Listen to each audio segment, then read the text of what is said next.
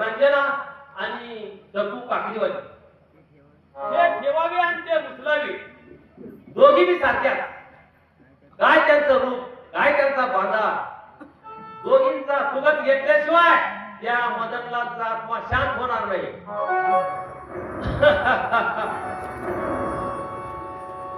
पण काकडीवाली गावात नवीनच आली आहे. तिला या मदनाचा हिसका दाखवतो अशी काय किल्ली फिरवतो की एकाच किल्लीने दोघींच्या तिजोरीचे दारे उघडले पाहिजेत.